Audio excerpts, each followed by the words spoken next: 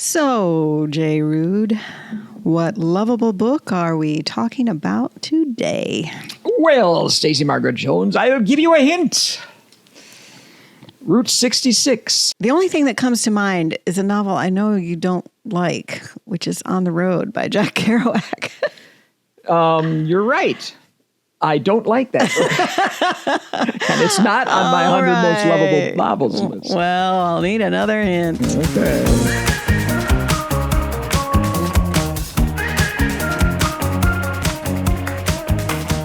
Welcome to Between the Covers, the weekly podcast in which J. Ruud makes the case for one of the 100 most lovable novels in the English language from his list that he has carefully curated. And I, Stacey Margaret Jones, interrogate him on his choices. Usually I agree, but if Henry James is involved, I may not. Okay, so each week I have to guess the book because I don't know it in advance. And have I read this book? I believe so. If not, you're certainly familiar with it. Okay, give me another hint, but I think I might know. Hint number 2, Rose of Sharon. Is it? Okay, I can't think of the name or the author, but I know the book I'm thinking of. I know. Oh, I hate that. I'm too old for this. My mental archivist is on his federally mandated work break. All right, give me the third hint. Third hint. Oh, wait. Of Mice and Men by John Steinbeck. No, but you're close. Oh. Here's hint number 3. Wherever there's a fight so hungry people can eat, I'll be there. Wherever there's a cop beating up a guy, I'll be there. It's John Steinbeck. It is John Steinbeck. But I can't think of the name. It is The Grapes of Wrath. It's The Grapes of Wrath. See, I knew what it was, but Of Mice and Men was the only novel by John Steinbeck I could think of on the spot. And I have not read any John Steinbeck except Travels with Charlie. Oh, so you've never read a novel of John Steinbeck's? No. Holy mackerel. So I have a lot to learn. You do. Maybe he'll talk me into it. I hope so. When did this book come out?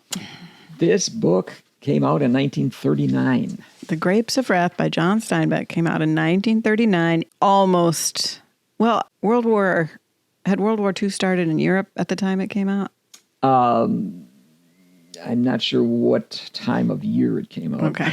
So but on the cusp of. Probably, or it had. Scaring the hell out of World War II. That's right. Okay. And how long is it? Maybe that's why I haven't read it. About 460 pages in the original printing. No problem. No problem, Bob. It was the best-selling novel of 1939. Yeah. And it won the National Book Award and the Pulitzer Prize that year. Well, and I know that both you and your daughter are big fans of Steinbeck and I believe this novel. Is that correct? Well, I know I am. I think Jenny has said that it's one of her favorites. She probably is because it's a dang good book. It's a dang good book. And this adventure reveals some holes in my literary history. I guess so. You must have had a lousy undergraduate education in English. Well, I couldn't take all the classes. I tried. I just didn't have enough money to take all the classes. So, okay. Who else likes The Grapes of Wrath besides you and Jenny? And the National Book Award and the Pulitzer Prize Committee. Those people. Yeah. Those rabble-rousers. It's actually on, according to the Greatest Books of All Time website, it's on 92 different great books lists. Wowzer. Which I'll intend to enumerate right here. No, just to name a few. Yeah, highlights only, please. It was on Time Magazine's best books since 1923. Sure. I was on the Guardian's list of the greatest English language novels of all time. It's on Penguin Classics, 100 must-read classics as chosen by our readers, where it came in as number 46. In 2003, on the BBC's Big Read survey, UK readers voted Steinbeck's classic number 29 on their 100 favorite books. In 2018, on the PBS Great American Read Survey, Americans voted The Grapes of Wrath number 12 on their favorite books list. It was number 10 on the Modern Libraries list of the greatest English language novels of the 20th century. In 1999, the French newspaper Le Monde ranked the worldwide 100 best books of the 20th century, and they ranked Grapes of Wrath as number 7, the highest ranking of any English language novel of the century. Awesome. And in 2009, the London Daily Telegraph published a list of 100 novels to change your life, including Steinbeck's book as number 1. Well, from what I know of the novel and from what I know of the French, the novel does have a very French sensibility. It does. It does. So that is true. That makes sense to me that they culturally would respond to that novel. Yeah, it was the talk of both sides of the political spectrum in 1939 with the major agribusiness corporations called it communist propaganda, and a number of people, because Steinbeck described the treatment of migrants. The treatment of them by the authorities in California and in the camps that they were allowed to settle in. They said this was just exaggerated. It was ridiculous. Nobody actually treated people that way.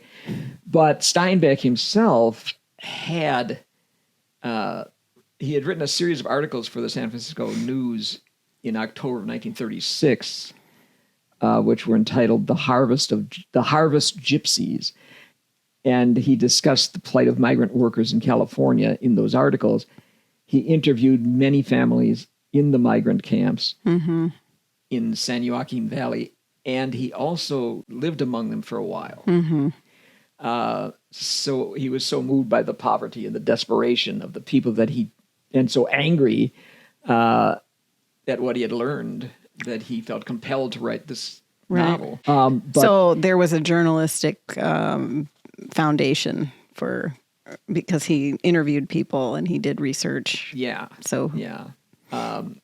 the Associated Farmers of California said it was communist propaganda, and that the conditions in the migrant camps, or Hoovervilles as they're called, because of course Hoover is basically blamed for the Great Depression, that there were just exaggerations of the difficulties, and were just made purely for political purposes. Don't believe your lying eyes. Yeah, Steinbeck insisted it was true, and so did Eleanor Roosevelt. Yes. Because she toured these camps herself in 1940, and she told reporters, "I've never thought the Grapes of Wrath was exaggerated," and it obviously isn't. Right. Eleanor Roosevelt called for congressional hearings on the question, and the Senate committee, which was led by Robert La Follette from Wisconsin, Fighting Bob La Follette, who had been a powerful progressive voice in the earlier part of the century. He and the committee concurred with Steinbeck, and in fact found that Steinbeck may actually have underestimated the human rights violations. Well, he wasn't doing a UN report. He was fact-finding for his novel about this real issue, right? So those are different kinds of writing, obviously. All right, well, we're getting kind of far afield from the structure. You know that I'm very structured and sequential. So let me not destroy your structure. Now that you've talked about the book for quite a while, why don't you give us the down and dirty summary? And we'll see if you can win the Harps of Glory or get the Trombone of Despair. Okay. So Grapes of Wrath it's a realist novel intended as a kind of expose of the trials and hardships of the 2.5 million Okies, as they were called. They were poor farmers from the Great Plains, driven from the Dust Bowl homes in the mid-1930s, who poured into California, following the promise of work and instead finding scorn, abuse, and hatred, and severe underemployment from the residents, and exploitation and corruption and abuse from employers and law enforcement. It's about that general theme, and it focuses on a single family and what happens to Is them. it the Joad family? Yeah, see, I've seen play. I think I saw a play. Didn't we see a play of this at some point? Possibly. Or So- maybe you've seen the movie. I think I have as well. Because but I'm sure you recognize my Henry Fonda imitation. I sure do. Harps of Glory. Well done. I know we saw a play of this, but it's very interesting to me because it seems to be a particularly American. I mean, I don't know. I suppose there's people all over the world who do this. That, if you blame the poor for being poor, you absolve yourself of responsibility to the impoverished in your community, right? Yeah. And the reason that my understanding of the reason that the farms were failing was because the prairies should not have been plowed. They existed for thousands and thousands and thousands of years the way they did because of the winds, right? Yeah. I lived in South Dakota, I grew up there. It's never not windy. It is always windy. And the prairies have the natural prairie grass and ecosystem. Yeah. It keeps the soil from blowing away. Yeah. And then the farmers, the United States colonized it for, their own reasons, obvious reasons, and sent farmers out there to, farm, right? Here's your homestead. If you're still there after 5 years, you can have it. And you shouldn't be plowing that land. Well, or you shouldn't be doing it that way. Yeah, at least you need to adopt some kinds of conservation. Right. And so then they did what they were supposed to do. Yeah. And they wrecked the ecosystem. And then when they were without a way to live or eat food, then the people all around them just blamed them for their poverty. Well, yeah.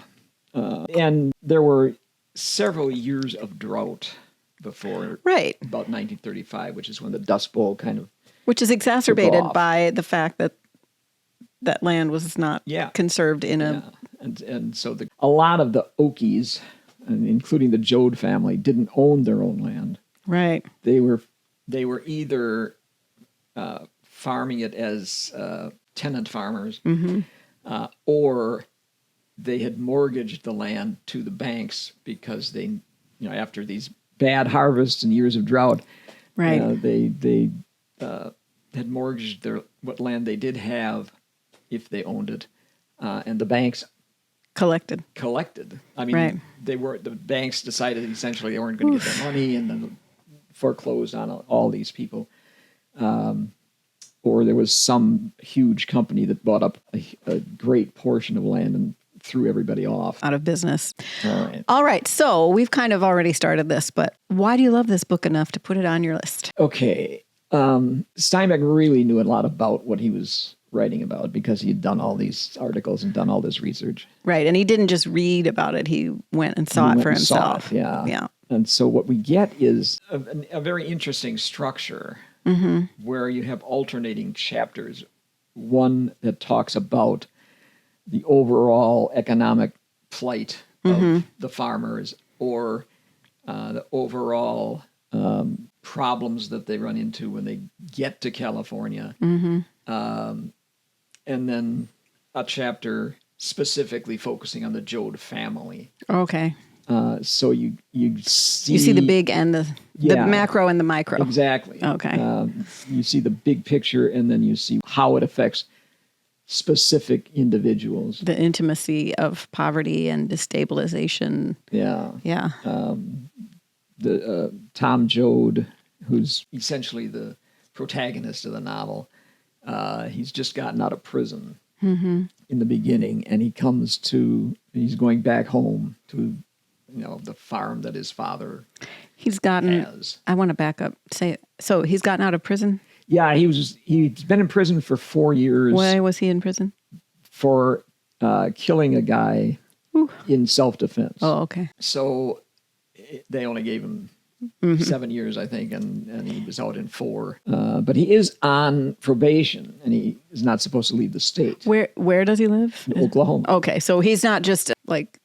You say they called him all Okies, but he actually is from Oklahoma. Okay. Yeah, He's a real Okie. He's a real Okie. But yeah, the people traveling west, they meet a lot of others, and especially when they get into these camps and they meet other people who are from Arkansas or Missouri or Nebraska or Texas, Panhandle, Kansas. They're from all these sort of central Great Plains. Midwestern states. Great Plains. Yeah. But anyway, he gets a ride from a truck driver, walks to where he knows his father's farm is, but nobody's there. It's deserted. He meets along the way a kind of fallen preacher whose name is Jim Casey. When you say fallen preacher, you mean spiritually or physically? This preacher falls down in front of him. It's fallen and it can't get up. No, he was a preacher who had, I think, baptized Tom himself and a number of other people. But he doesn't believe anymore the way he did when he was a preacher. Mm-hmm. But everybody still calls him the preacher. Right. Anyway, they get to Tom's father's house. Nobody's there. It's completely deserted. There's just this wasteland all around. They meet a neighbor there whose name is Muley. I guess because he's so stubborn. He kind of tells them what's been going on, that basically everybody has moved away. But he hasn't. His wife and family moved away, but he's going to stay there because he's going to, this is our land. Yeah. I'm saying we worked it, we lived on it, we died on it, and that's what makes it ours. Right. And he won't leave. Yeah. But he does tell Tom that his family has gone over to his uncle's place, where they're getting ready to move west, and he goes. So Tom goes there. He tells Tom that Tom's family has left. Okay. Yeah. And so Tom goes there with Casey, and he finds his pa, his ma, two brothers, his sister Rose of Sharon, her husband Connie, two younger siblings, and his uncle, and they're putting everything they own on this truck, and they're all going to his grandma and grandpa too. They're all going to get on this truck and head west down Route 66. Oh, okay. Where everybody else is going. What are the stories they're hearing about California that make them? Is it like they haven't really heard any yet because they don't know anybody who's come back. On the way, they run into people who are coming back. Oh, that's not a good sign. This is not good. But what happened is they've gotten these advertising handbills that say, workers needed, 800 jobs picking peaches or whatever it is. It's like the text message I got this morning. YouTube would like to talk to you about your resume. Yeah. The scams. Yeah. Anyway. And these, as they go on the way, they notice that pretty much everybody else has one of these. There's this promise of getting work. What happens when they get there? They needed 800 people. 3,000 showed up. They say, we'll offer you this much, 25 cents a day or whatever it is. And once they start working in a couple of weeks, maybe a couple of days, they cut the salary to 20 cents a day. And then they cut it again. And if people are going to leave, they say, well, there's 1,200 other people who want your job. Exactly. And we'll do it for 15 cents a day. Right. So it came out in 1939. I'm sorry. When did you say when it was set? Oh, it's set maybe a year or two before. So it's in the 30s, in the Depression. Yeah. And part of the Depression. And the food shortages and the farm failures is part of the Depression, the perfect storm. Yeah. And so this is all it's basically contemporary news. Right. Steinbeck was from California. He was born there. Oh, okay. He's essentially calling out his neighbors, the people that run big agribusiness in California, and law enforcement, Right. which is in the pocket of big business, which Well, of course is really unusual. Yeah. I just remember in my graduate program, my graduate finance professor said, corporations exist to maximize profits. That is it. Anything else they are doing that acts like they aren't, they are. They're doing those things to maximize profits, right? Yeah. Corporate social responsibility maximizes profits, right? Yeah. They aren't doing anything that doesn't do that. And this is just a very, like, well, you could make a living wage, but why would we do that if we could maximize profits? Yeah. And there are, everybody's not a villain. There are farmers who are perfectly willing to pay Right. the 25 cents a day or whatever it is that Right. seems like a fair wage. But the Associated Farmers of California, the big business groups Yeah. that these small farmers have to be The trade associations. a part of. Right, Yeah. right. To sell their crops. They will not let them. Right. Because Tom at one point gets a job with this guy who's a small farmer. He pays them fairly.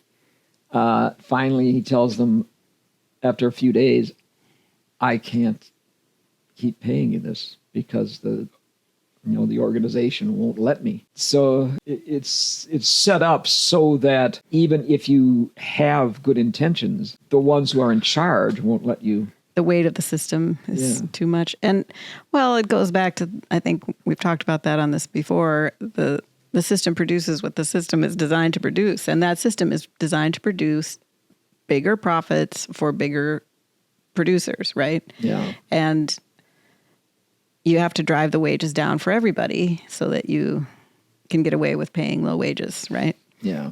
So. And the fact that children are starving does not affect. They don't care. Does not affect them. Don't care. Those who are really in control never get down to that level. They don't see this. Right. happening. It's theoretical. Yeah. Steinbeck talks about, in one of the chapters about the overall picture, the destroying of crops. Yep. Because they can't make a profit on them for some reason or other. Well, we're hearing about that right now. While people are starving. Yep. And they won't give the food to the starving people. They'll destroy it instead. Well, when that option is certainly available to them. And that is another thing I say a lot, which, you have to beware of capitalism because capitalism isn't about more money for some people. It's about all the money for a few people. Yeah. So it isn't like, let's pay these people more. Let's, if we have excess food, let's sell it more cheaply to the workers we couldn't have our company without the workers. And yet all we're going to do is see them as adversaries and cut them off at the knees. Yeah. So, and we're seeing those things now with cutting of food benefits and farmers not able to sell their crops and burning them in the fields. Mm. Yeah. Well, and the farmers aren't burning them because they don't want to feed poor people. It's because they don't have anyone to sell it to. Yeah. Boy, that's what's happening here. We haven't solved these problems. No. We just keep revisiting them. Unfortunately, that is true. Well, it feels, I have a question about this because it feels so contemporary. It feels like it could have been written not just yesterday, but this morning. How is the language of the novel? Is it accessible? Is it? Oh, yeah. Okay. It's very... How would you describe Steinbeck's style? Earthy. Earthy. What does that mean? Do people swear? They do quite often. Oh, I would love it. It's the way people would have talked. Right. And he would know that because he spent time there. Yeah. It wouldn't have sold so many copies if it had been difficult to read. Right, that's true. It is difficult to read in a lot of ways. But, emotionally. But not in terms of its language. Right, you can get into it. And the plot, it moves quickly. Yeah. It's fairly episodic. But I suppose he's using the episodes as bricks to build a case, so to speak. Yeah. or to create an overall experience for the reader. Yeah. And there are enough different personalities within the Joad family. Right. that It is a big family. you see, yeah. Well, I mean, Grandma and Grandpa fall off pretty quickly. Oh, no spoilers. Well, it happens pretty early in the book. Just don't. And one of Tom's brothers walks away, just kind of deserts the family and decides he's going to live here by the river. And Rose of Sharon's husband, Is her name Rose of Sharon? of 3 Sharon. words? Yeah. This is so weird. it is a name, not a real common name, but it is a name usually pronounced Rose of Sharon, that is known people, especially people who are big into the Bible. Okay. Because it's a term it comes from the Song of Songs or Song of Solomon. Oh, okay. Rose of Sharon is a flower that's kind of a hibiscus. Oh. That's sort of purple. Okay. And in the Song of Solomon, the beloved says, "I am the Rose of Sharon." And allegorically, Rose of Sharon is sometimes seen by biblical interpreters. From a Christian point of view, looking back at the Song of Songs, they interpret Rose of Sharon, which means purity and perfection. It's interpreted as an allegorical symbol of Christ, or occasionally as an allegorical symbol of the Virgin Mary, whose symbol is a rose anyway. So that's probably why it's a kind of popular name. But it also means something important. You don't see it until the end. Rose of Sharon, who's pregnant, does have her baby 3/4 of the way through the book or something. And a lot of the people in the camp that they're at the time sort of turn out to help with the birth. This is what you see in the book a lot, that while law enforcement or people in authority don't want to do anything for the people, poor people will help each other. Well, I mean, and Ma Joad says at one point, "If you're in trouble or hurt or need, go to poor people. They're the only ones that'll help. The only ones." Well, that happens a lot, I think, in marginalized communities because they turn to each other because the system has denied them, right? Yeah. But I was going to say also about Rose of Sharon's pregnancy. I knew when you said she was pregnant that she would have the baby because a pregnancy in a novel at that time was a Chekhov's gun, right? Yeah.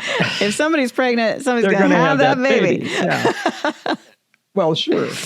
Well, I'm just thinking about Fargo, which was was the first movie in which there was a main character who was pregnant who does not have her baby as a plot device in the story, and that she is the sheriff or whatever, and she happens to be pregnant. Yeah, but that was not 1930s fiction. No, and she does have the baby, which becomes very important at the end of the book. And Rose of Sharon really has been an annoying character. Oh, interesting. Through the whole, I mean, at least to me, she's been a kind of annoying character through the whole novel. She's always whining about something until you get to the end. And then she becomes the Virgin Mary, basically. Well, don't... It also reminds me of some reporting that the New York Times Daily podcast has been doing with contact they had in Gaza, and they would talk to him periodically about how he was trying to move his family around, to keep them safe. And I think one of his sisters was pregnant. She didn't want to move. And he was like, you have to move. And it sounds a lot like this, right? He was very close to his family. He had international aid contacts, so he was able to get things for their family, that other families couldn't access. And it's just kind of an ongoing story, checking in with him to see how his family was doing and where they were living, right? And it just reminds me of them Because you don't pick the time when your whole life is going to be uprooted and you're going to have to leave and look for work so that you can eat food. Yeah. And it's probably going to be inconvenient. You know, somebody's going to have a baby. Somebody's going to be old and sick. Somebody's going to be not wanting to go and whiny about it. I mean, I know which one of those I would be. Hopefully not old and sick, just whiny. The scene where she has the baby is really, I mean, it's kind of riveting because everybody is leaving this camp and they want to leave because there's no work anymore. Yeah. But they can't. They're stuck there, and there's this huge storm. And the rain is making the water rise and rise and rise. Oh my God. And it looks like it's going to flood the. They're living in a kind of a boxcar at the time, which is a good thing because usually it's a tent and they'd be blown away. But the water keeps rising, and all these people that probably would love to leave right then find that they are compelled to help them and to build with sandbags and everything they can find to keep the water around where she's having the baby to keep the water out. Oh my goodness. Yeah. Anyway, there is this religious undertone to the book. Well, yeah, you don't name a character Rose of Sharon if you're not going to talk about religion, I don't think. And you also don't title a book "The Grapes of Wrath" if you're not going to talk about religion. Well, what is the origin of that? Well, of course, it's the battle hymn of the Republic. Mine eyes have seen the glory of the coming of the Lord. He's trampling out the vintage with the grapes of wrath are stored. So it comes from that, but that comes from the Book of Revelation. Oh, okay. I didn't realize that. And there's a point when Steinbeck is talking about, especially the destruction of the crops. Grapes are one of the things that get destroyed. And he says, in the eyes of the people, there is the failure. And in the eyes of the hungry, there is a growing wrath. In the souls of the people, the grapes of wrath are filling and growing heavy for the vintage. I mean, it's a kind of a threat or a prediction of the rise of the people, that if they're going to keep keeping these people down, they're not going to stay there long. Right. That something's going to happen. They're going to rise up. There's going to be a vindication. Right. And it goes back to what I said. You can't run your business without the people who are working in your business. Like, it just makes no sense, right? But it's the way we do it, right? Everybody just assumes that you're just going to try to screw over your workers so you can have more profits either for yourself and or your shareholders. And right, that's the name of the game. Everybody just kind of accepts it, right? Yeah. But the business wouldn't exist without the people. The McDonald's can't exist without the people who flip burgers. No, that's true. So if you're constantly beating them into the ground, at some point they won't have a choice. Yeah. Literally will not have a choice. Well, there's one place where the Joad family goes to pick, I think it's peaches. And as they're coming into the camp, there are all these people outside who are kind of yelling at them as they drive the truck in there. And they're trying to figure out what's this all about. And of course, they find out that these people have gone on strike, basically, because they were promised a certain wage, and it got cut, and then it got cut again. Right. And the owners have hired all these scabs, I guess you would call them, at the old rate. Oh, but what a burn! Yeah, but of course, the plan is, as they learn, that once they'll cut used there to it for a day or two, they'll start cutting theirs back the way they did with the people that are there on strike. And when Tom is in this camp, he is reconnected with Casey. Casey, at the first camp they were at, this cop came in and was going to arrest some guy for saying something. And the guy runs away and the cop tries to shoot him. And Casey kind of stops him trips him or something. I can't remember exactly what. But Casey gets arrested. So they haven't seen Casey for quite a while, but he turns up. Tom is walking around. He goes for a walk at night, and he's walking around, and he sees this group of guys. He's trying to figure out why everybody was shouting at them when they came in. Mm-hmm. And there's Casey, and he's kind of the leader of this group that he's trying to form a union with. Right. And unions, of course, are anathema. Communist. Sure. A group of thugs, cops, actually. But they come in to break this place up. And this is, I guess, a little bit of a spoiler, but skip ahead if you don't want it. I can't really talk about Casey without talking about this. He gets killed. He gets beat over the head, and then he dies. But the last thing he says to this group of people that's come to break them up is, "You don't know what you're doing," which is... They know not what they do. Exactly. It's an allusion to... Even though he is a fallen... He is a fallen preacher, but he's Jim Christ-like. Casey is JC. Oh, goodness. Okay. I mean, he's a Christ figure. So you've got the Christ figure, you've got the Virgin Mary figure. They're there to well, it also protect. sounds... I mean, obviously it has these biblical allusions or symbols, but it's a classic quest, right? They have to leave the wasteland, right? Yeah, yeah. And are they trying to heal the wound of the country? Or, well, they seem powerless to do so, right? Yeah. I mean, they don't have enough agency. No. But they can be part of something. Yeah. They can be part of something. They can be... One of the points of the book is there's some strength in unity. Right. That all of the people together right. Are enough to reverse this thing. If no one will pick your crops, then you have to pay them enough to show up and pick the crops. Yeah. If you stick together. There's also a hint, I guess, that the government could do something.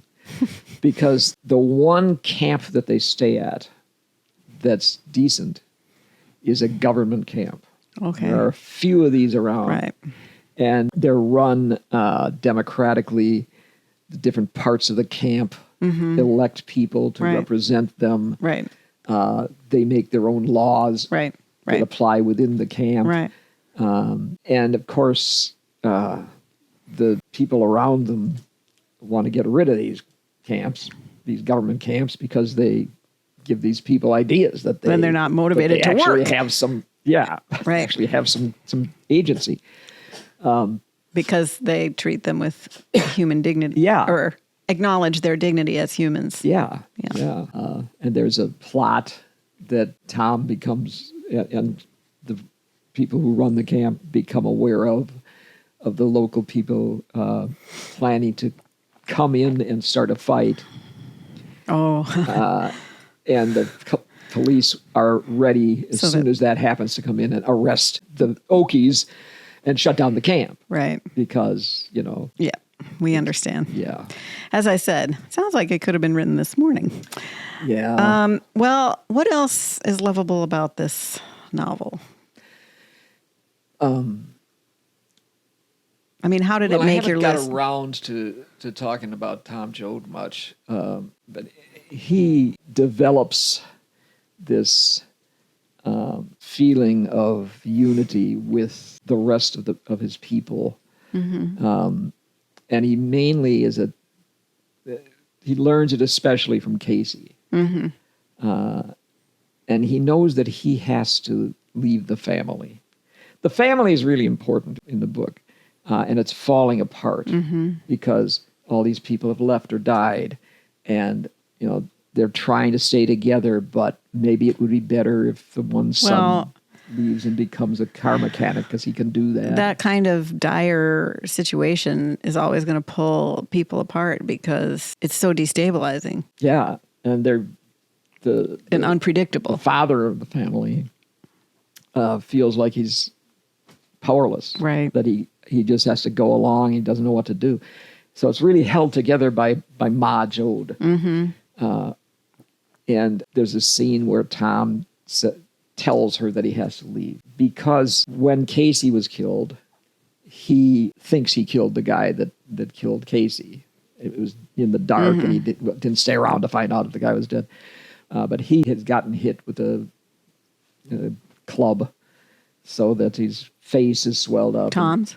His face is swelled up and wounded, and he knows they're looking for whoever did that. And he also knows that he's on parole and wasn't supposed to leave Oklahoma. He has a murder conviction. Yeah. Yeah. So for the sake of the family, he has to leave. But she says, well, what are you going to do? Can you go off by yourself and live that way? You may suffer the same fate as Casey. What's going to happen? And Tom basically says this, if he dies like Casey did, it would be worth it if he helped his cause. He says, then I'll be all around in the dark. I'll be everywhere, wherever you look. Wherever there's a fight so hungry people can eat, I'll be there. Wherever there's a cop beating up a guy, I'll be there. If Casey knows why, I'll be in the way guys yell when they're mad, and I'll be in the way kids laugh when they're hungry and they know supper's ready. And when our folks eat the stuff they raise and live in the houses they build, why, I'll be there too. Well, that's also, it makes me think of, the Christ comment that as you do to the least of these, so you have done to me as well. Yeah. Although he's not the Christ figure, but it is this idea of Christian love. Yeah. And it also, the implied critique of capitalism here is that capitalism succeeds by destroying the community. Because when you work together, right, as groups, you have influence and some power, right? Yeah.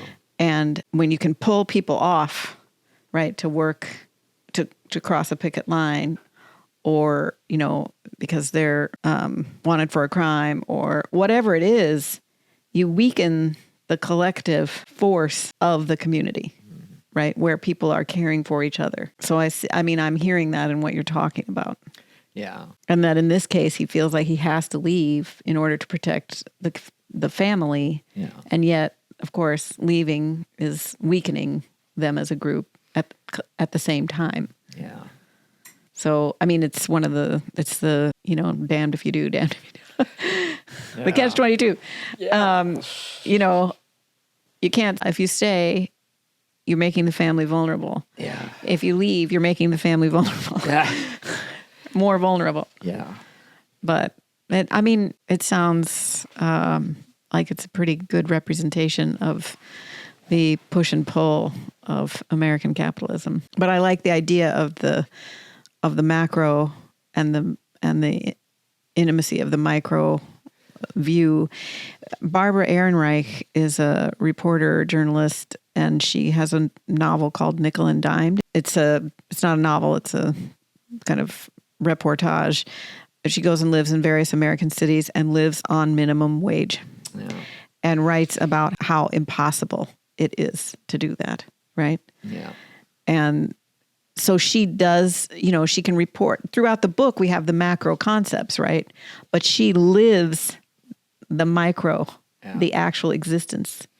And it makes you think maybe she's thinking of the Grapes of Wrath when she does it. Maybe that was her model. Yeah. And instead of writing a novel, she just reported out what she learned. So, yeah, this once this book was so popular and won the Pulitzer Prize, Hollywood, fresh from the unprecedented success of Gone with the Wind, decided, let's make this one, this new bestseller, Pulitzer Prize-winning book. And there's a bidding war among the bigger studios, which 20th Century Fox won, and they kind of rushed the film into production with John Ford as the director. And Henry Fonda played Tom Joad, and John Carradine played Jim Casey. And the the movie was nominated for several Academy Awards, and it won two, one for Ford for Best Director and one for Jane Darnell as Ma. What year did that movie come out? 1940. Oh, wow, so wow. When I say rushed into production. Boy, they did. They made it fast. Wowzer. Yeah. The movie ends quite differently from the novel. So I'll tell you about the movie's end, which won't spoil the novel. Well, tell me what doesn't happen in the novel. Well, actually, this happens in the novel, but not at the end. After Thomas left, the family goes on, and the father is kind of ready to give up, and the mother says, "We can't be beat because we're the people. The people keep moving." Mm-hmm. So it takes that theme that's there throughout the book and puts it in at the end through her mouth. Well, that quote makes me think also of water, right? Water keeps flowing, water keeps moving, and water does make a difference in what it touches, right? Big and small, over time. Yeah. Interesting. All right. Well, I think you've talked me into reading it. So, do we have a physical copy of this book, or did you listen to it? Well, most recently I listened to it. We still have the book that I read in high school, I guess. So it was 25 cents. Yeah, it might have been 50. Oh, wow. Yeah, it was thick. But I think it's missing the final page. Nope. Nope. We'll have to procure, or I can read it and then go to the library and read the last page. Yeah, or you could listen to the last page. Yeah, that's right, because you have it. That's true. All right. Well, I don't want to get another book, so we'll have to make do. All right. Where are you going to rank this novel on your ongoing list? I am going to rank this at number 7. Oh, top 10 yeah. So far. Awesome. What's number 6 and what's number 8? Right after To Kill a Mockingbird. Oh, awesome. Right before Slaughterhouse-Five. Oh, very American novels. Very of the moment novels that really explore what it means to be an American in that time and place. Yeah. So, awesome. All right. Well, that was wonderful. You know, I was with my daughter, I was auditing a class last year it was a class, the Great Depression and World War II. Yeah. And at one point when he was talking about the plight of the farmers in the Dust Bowl, he asked the class, "Hey, how many of you have read The Grapes of Wrath?" And my daughter and I were the only ones in the class who raised their hands. So I'm hoping maybe this podcast will cause a rush of 2 more people. Spark people to go and read this book, because it might restore my faith in the younger generation. If it's incredibly cogent. I mean, it's what we're still, like I said, we have not solved these problems. No. We still have these issues. And, you see a lot about all the different divisions. And then there's these voices that say, it's class, right? The people are trying to convince you it's all these things. It's class. And this novel is about the class war. Definitely about class. Yeah. Interesting. All right. Fascinating. I think you talked me into that one. I'm still on the fence about Moby Dick, but I would be very happy to pick that up. Well, then it must be time for Chaos Reader. Yes, and I have a book to talk about this time. Yeah. I did finish Star of the Sea, and I really enjoyed it. I highly recommend it, or as my Czech students would say, I recommend you to Star of the Sea by Joseph O'Connor. I really enjoyed it. I thought the end was really wonderful and well imagined and very moving. So moving on now to a memoir called Exit Interview, The Life and Death of My Ambitious Career, which is by Christy Coulter, and it is about her career at Amazon. So it goes along with what we've been talking about, which is what it is like to be a participant in the American capitalistic system. So I'm excited about it. It was on my wish list, and I'm looking forward to. I've just read, honestly, like half of the first paragraph, and You're already into it? I honestly was like, I just want to go somewhere and read this book. Don't call me. I'll call you after I finish this book. So I'm looking forward to Exit Interview, and that is Chaos Readers Report. I will probably check in on it. It's not short. 300 and some pages. I don't have my glasses on. So it'll take me a little while. So probably I'll have some time to check in and tell you what I'm thinking. So. Okay, then. All right. We'll hear more. Well, we would like to thank all of our listeners and viewers, and please subscribe to us. That helps us a lot. And probably one of the best things you can do if you like our podcast is tell your book-loving friends about our podcast as well. And we'd like to thank our producing sensei, Jerry Bruno, who taught us how to make this ourselves. And we, I think, are getting there. You can decide how well we were taught. You can decide how well we were taught. So we really appreciate your listening and your viewing, and we'll see you next time between the covers.